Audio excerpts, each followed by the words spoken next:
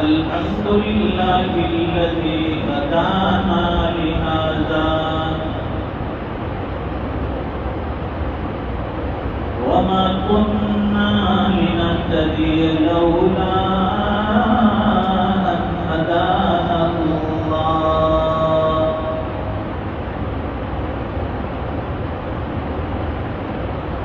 لقد جاءت رسل ربنا بالحق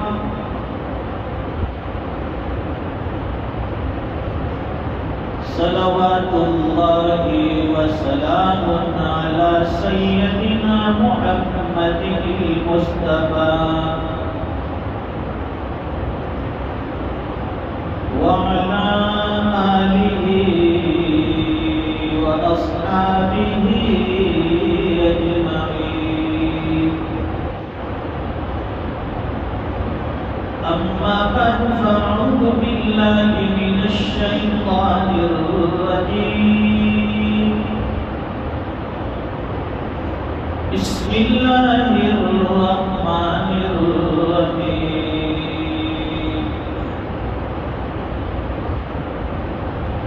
يا أيها الذين آمنوا اتقوا الله حق تقاته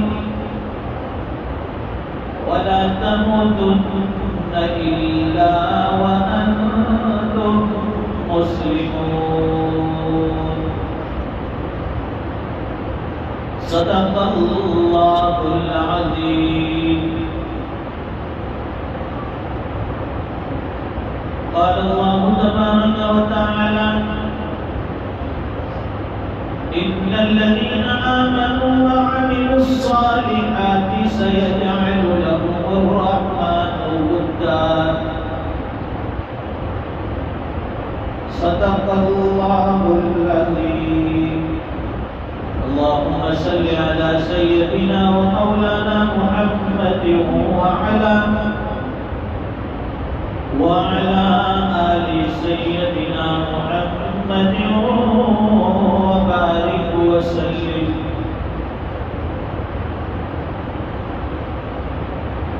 بزرگوں اور دینی بھائیوں،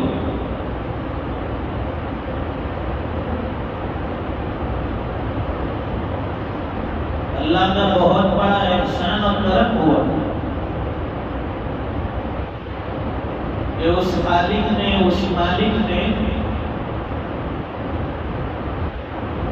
ہمیں اشرف المخلوقات یعنی انسان بنایا،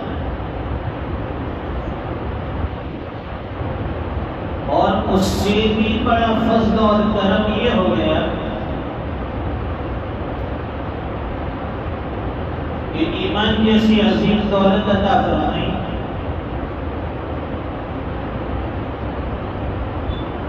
ترازو کے ایک پلڑے میں ایمان رکھ دیا جائے اور دوسرے پلڑے میں ساتوں زمین آسمان. سمجھو کہ ایمان والا پلڑا جھکنے والا، اور اس میں بھی ایمان بالغیب، بن دیکھے کسی چیز پر ایمان لانا، یہ بہت بڑی چیز کہلائی. دیکھ کر ہر کوئی ایمان لاتا ہے، دیکھ کر ایمان لانا آسان، لیکن جن کی قسمت میں ایمان ہوتا نہیں ہے وہ دیکھ کر بھی نہیں لاتے. مشرکین مکہ کو دیکھیے، حضور پاک صلی اللہ علیہ وسلم کے معجزات تھے، وہی اترتے ہوئے دیکھتے، لیکن قسمت میں ایمان نہیں تھا. ٹال پٹول کرتے رہے، ہیلے حوالے کرتے رہے، بہانہ بازی کرتے رہے، معجزات کو دیکھ کر کہنے لگے کہ یہ تو جادو ہے. الیاذ باللہ، محمد تو جادو کے زور پر یہ ساری چیزیں دکھاتا ہے، کرتا ہے. مقدر میں ایمان نہیں ہوتا ہے تو انسان کی عقل اور سمجھ کو اس کا ساتھ نہیں دے. اور جن کو اللہ عقل سلیم عطا فرمائے، سمجھ بوجھ والی عقل، وہ اشارے پہ سمجھ جاتا ہے، اشارے پہ مان جاتا ہے۔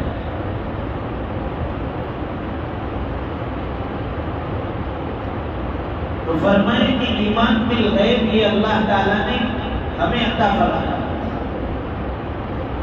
الذین یؤمنون بالغیب، کہ جو لوگ غیب پر ایمان لاتے ہیں، غیب کی باتوں پر ایمان لاتے ہیں، غیب کی چیزوں پر ایمان رکھتے ہیں، وَيُقِيمُونَ الصَّلَاةَ، اور نماز پر قائم ہیں، نماز پر جم گئے، وَمِمَّا رَزَقْنَاهُمْ يُنْفِقُونَ،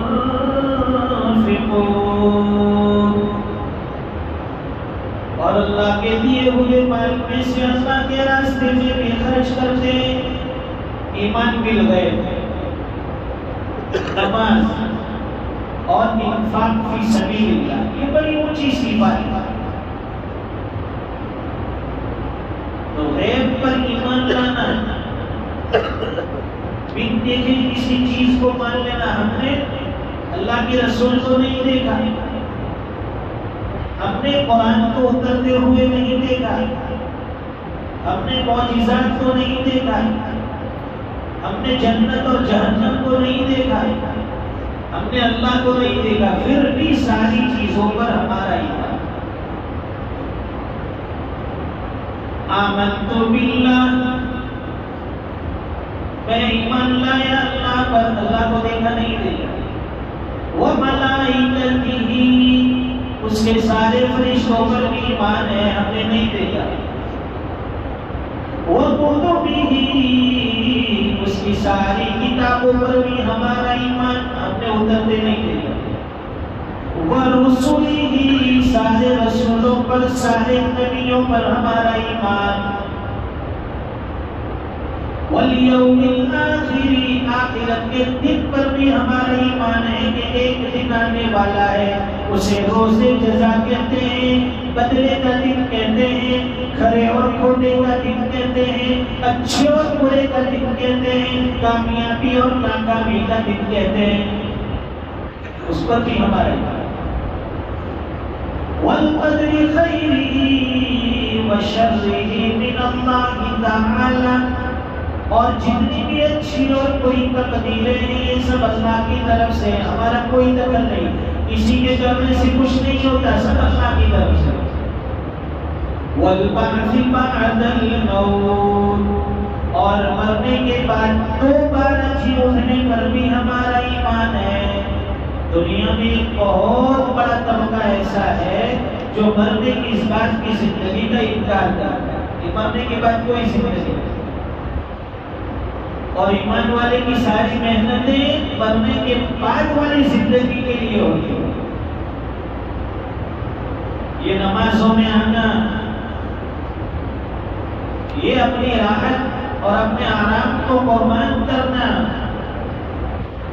تلاوت قرآن، نمازیں، دعائیں، اللہ کے راستے میں چلنا، اللہ کے راستے کی محنت کرنا، یہ کیوں کرتا ہے؟ آدمی اپنی آخرت بنانے کے لیے، پیسے کمانے کے لیے آدمی مارکیٹ جائے گا، بازار جائے گا، مال و دولت جمع کرنے کے لیے بزنس، تجارت کرے گا، لیکن آخرت کمانے کے لیے اللہ کے گھر میں آئے گا، اللہ کے بندوں کے لیے دین کی محنت میں لگے گا، اللہ کے بندوں کو اللہ کی طرف بلائے گا۔ اس لیے لگے ہاتھوں جو بھی عمل ہو جائے اس کو چھوٹا نہ سمجھے، حقیر نہ سمجھے۔ بعض مرتبہ آدمی بڑے بڑے اعمال کر گزرتا ہے، اللہ کے یہاں قابل قبول نہیں، نامنظور، رد کر دیے جاتے ہیں، اور کوئی چھوٹا سا عمل جو ہمارے ذہن میں بھی نہ ہو، ہمیں یاد بھی نہ ہو، اللہ کے یہاں وہ ہماری مغفرت کا ذریعہ بن جاتا ہے۔ بخاری شریف میں ایک فاحشہ عورت کا واقعہ لکھا ہے۔ ایک عورت تھی طائفہ، جو جسم فروشی کا کام کرتی تھی، فاحشہ تھی، اس کا پیشہ تھا جسم بیچنا، پیسے کمانا۔ ایک مرتبہ راستے سے گزر رہی تھی، اس نے راستے میں ایک پیاسے کتے کو دیکھا. بارہ ہم نے سنا ہے یہ واقعہ. پیاسے کتے کو دیکھا جو زمین پر مٹی چاٹ رہا ہے. پیاس کی شدت کی وجہ سے وہ مٹی چاٹ رہا ہے. جب عورت کا وہاں سے گزر ہوا، سامنے کنواں بھی تھا، اس نے اپنے پیر سے موزہ نکالا، اس کو رسی کے ذریعے اندر کنویں میں ڈالا اور پانی نکالا، اس پیاسے کتے کو پلایا. جیسے ہی پیاسے کتے کو پلایا، اللہ کی طرف سے آواز آئی کہ تمہارے اس عمل کی وجہ سے ہم نے تمہاری مغفرت کر. دیکھنے میں چھوٹا، ہم سینکڑوں انسانوں کو پانی پلاتے ہیں، کبھی خیال نہیں ہوتا. یہ اللہ کی ایک مخلوق، کمزور مخلوق، وہ بھی کتا، اس کو پانی پلانے پر بھی اللہ نے مغفرت کر دی. تو انسانوں کے اوپر رحم کرنے پر اللہ کیا کچھ نواز دیا ہے. ایک محدث کا انتقال ہوا ہے، ساری زندگی حدیث کی خدمت. انتقال کے بعد کسی نے خواب میں دیکھا، پوچھا کہ حضرت کیا معاملہ ہوا، کیا گزری؟ فرمایا کہ اللہ نے بخشش کر دی، مغفرت کر دی. تو خواب دیکھنے والے نے کہا کہ حضرت آپ کی بخشش تو ہونی ہی تھی، آپ کی تو مغفرت ہونی ہی تھی، اس لیے کہ آپ تو اتنے بڑے محدث ہیں، اتنی حدیث کی خدمت کی، اتنی دین کی خدمت کی. اللہ نے آپ کے اعمال سے، آپ کی نیکیوں سے خوش ہو کر آپ کو معاف کر دیا ہوگا. فرمائے کہ نہیں، وہ ساری خدمت جو ہے وہ ایک طرف کر دی گئی. قرآن و حدیث کی خدمت کی، زندگی بھر خدمت کی حدیث کی. فرمائے کہ وہ ساری خدمت ایک طرف کر دی. اور فرمائے کہ تمہیں یاد ہے تمہارا یہ عمل، ایک مرتبہ تم قرآن و حدیث کی روشنی میں دین کی کچھ باتیں لکھ رہے تھے، اور تمہارے لکھنے کے دوران تمہارے قلم کے اوپر جس پر سیاہی لگی ہوئی تھی، ایک پیاسی مکھی آ کر بیٹھی اور اس نے وہ سیاہی پینا شروع کیا. تم نے اپنے اس قلم کو اس لیے روک لیا لکھنے سے کہ یہ مخلوق، اللہ کی مخلوق چھوٹی سی ہے، پیاسی ہے، میں اس کو اس کی پیاس بجھا لینے دیتا ہوں. یہ سوچ کر تم نے اس قلم کو روکے رکھا. اس مکھی نے اپنی پیاس بجھائی، اڑ گئی.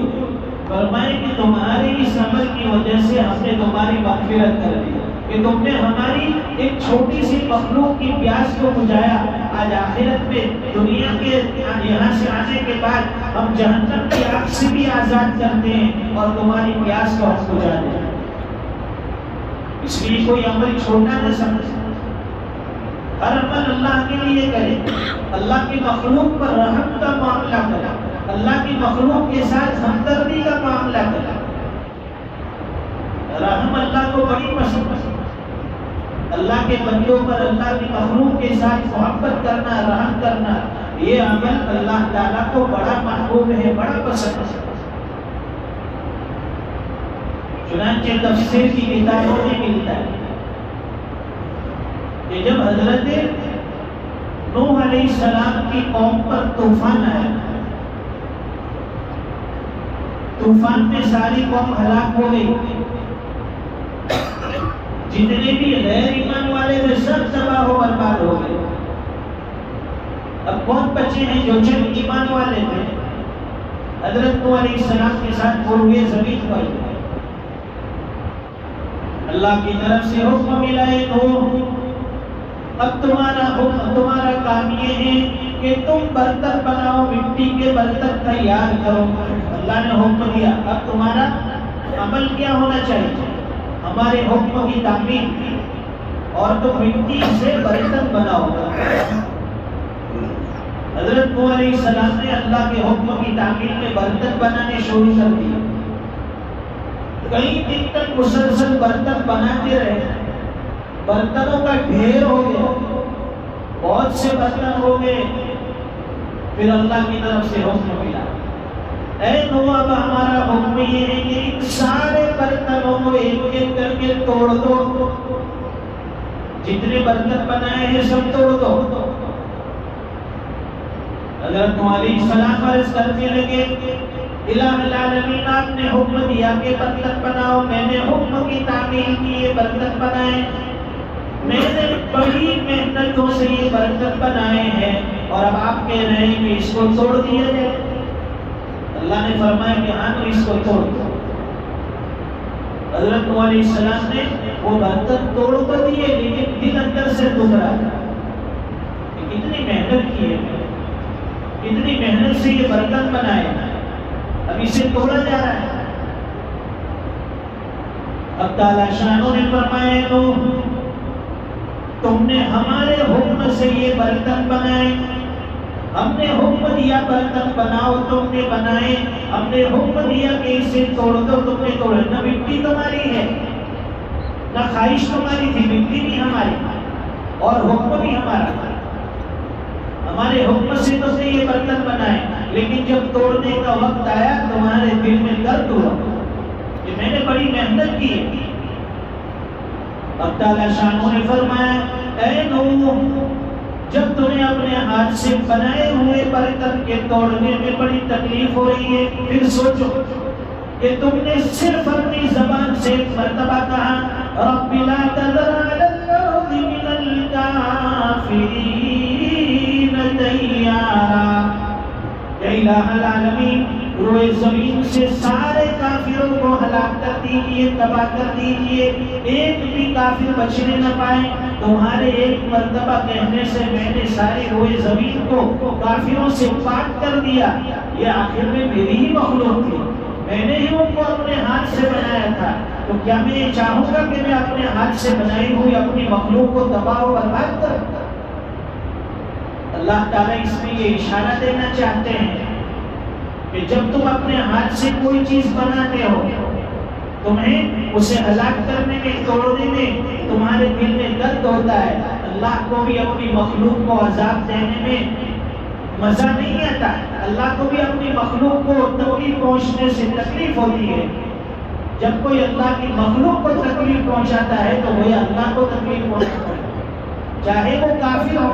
اس لیے علماء نے لکھا ہے کہ جو آدمی کتنا بھی بڑا گنہگار ہے، سامنے والا آدمی کتنا بھی بڑا گنہگار ہو، فرماتے ہیں کہ اس گنہگار سے نفرت مت کرو، اس کے عمل سے نفرت کرو کہ اس کا جو عمل ہے گناہ والا، اس سے نفرت کرنا جائز ہے، لیکن اس آدمی سے، اس کی ذات سے نفرت کرنا جائز ہے۔